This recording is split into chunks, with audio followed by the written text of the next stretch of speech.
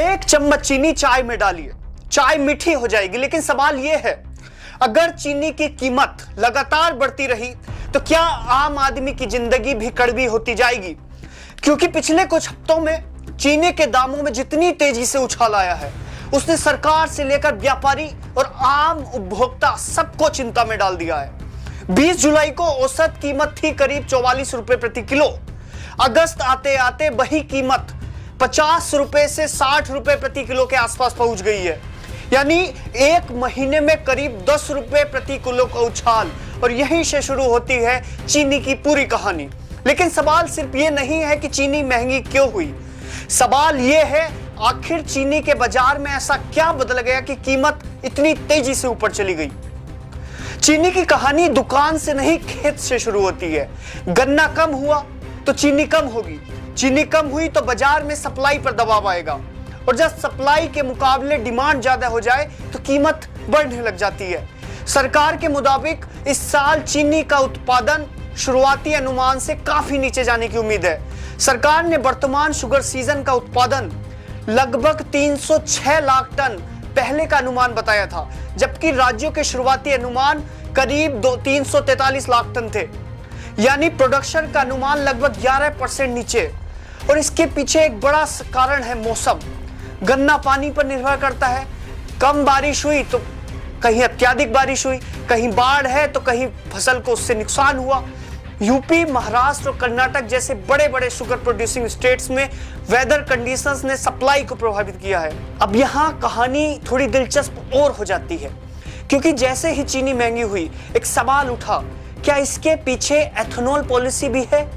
आखिर गन्ने से सिर्फ चीनी नहीं बनती, गन्ने से एथेनॉल भी बनता है, और भारत में पिछले कुछ वर्षों में एथेनॉल ब्लेंडिंग को बढ़ावा दिया है।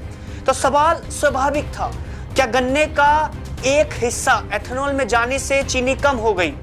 लेकिन यहाँ सरकार का जवाब बिल्कुल साफ है। सरकार के अनुसार एथेनॉल के लिए डाइवर्टेड शुगर का हिस्सा 2022-23 में करीब 12% था, जो 2025-26 में घटकर 9% रह गया। और सरकार के मुताबिक एथेनॉल प्रोडक्शन का लगभग 3/4 हिस्सा अब ग्रेन्स, खासकर मक्का से आता है।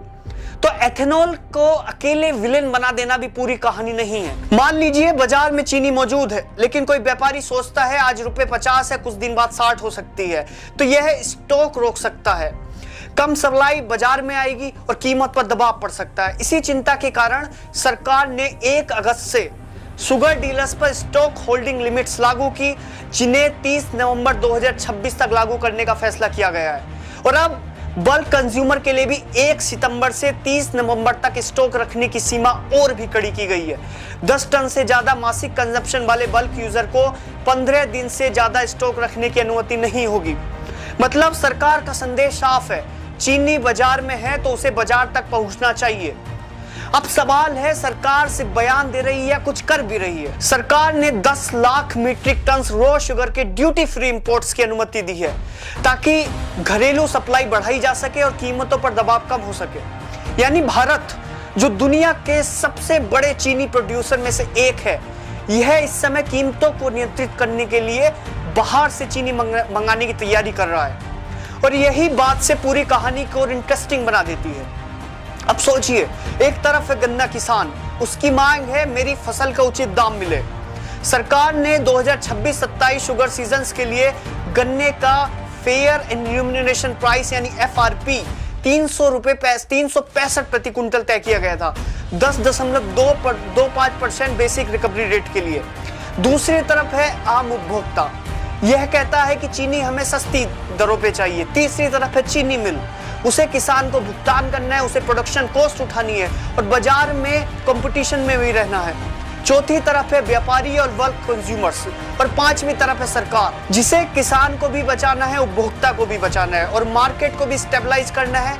यानी चीनी की कीमत सिर्फ सरकार ने बढ़ा दी या व्यापारी ने बढ़ा दी, जितनी सिंपल कहानी नहीं है। आप 10 रुपए ज्यादा चीनी खरीदेंगे तो शायद आपका बजट बहुत ज्यादा नहीं बिगड़ेगा, लेकिन सोचिए, एक मिठाई की दुकान क्या करेगी, एक बेकरी, एक बिस्किट मैन्युफैक्चरर, एक सॉफ्ट ड्रिंक मैन्युफैक्चरर, एक कैटरर, अब उनकी इनपुट कॉस्ट भी बढ़ेगी, तो आखिरकार उसका कुछ हिस्सा कंज्यूमर तक बढ़ जाएगा। यानी चीनी सिर्फ चीनी नहीं है, चीनी एक पूरी फूड इकोनॉमी का इनपुट है और इसीलिए इसका असर चाय के कप से लेकर मिठाई की दुकान तक पहुंच सकता है।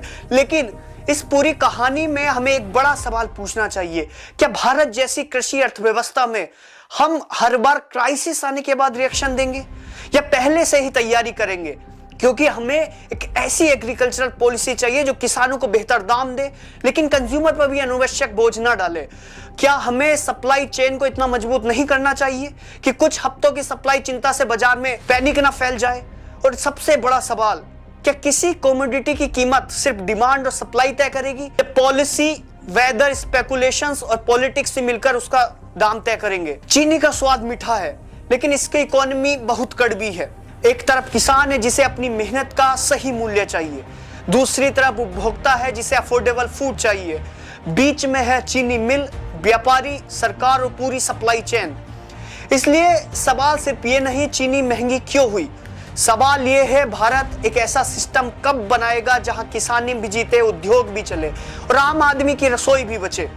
क्योंकि विकास का असली मतलब सिर्फ प्रोडक्शन बढ़ाना नहीं है, विकास का मतलब है किसान की मेहनत का सम्मान, उद्योगों की स्थिरता और आम आदमी की थाली में अफोर्डेबिलिटी। चीनी मीठी हो और उसकी कीमत भी आम आदमी को पहुंच में रहे, यही असली चुनौती है।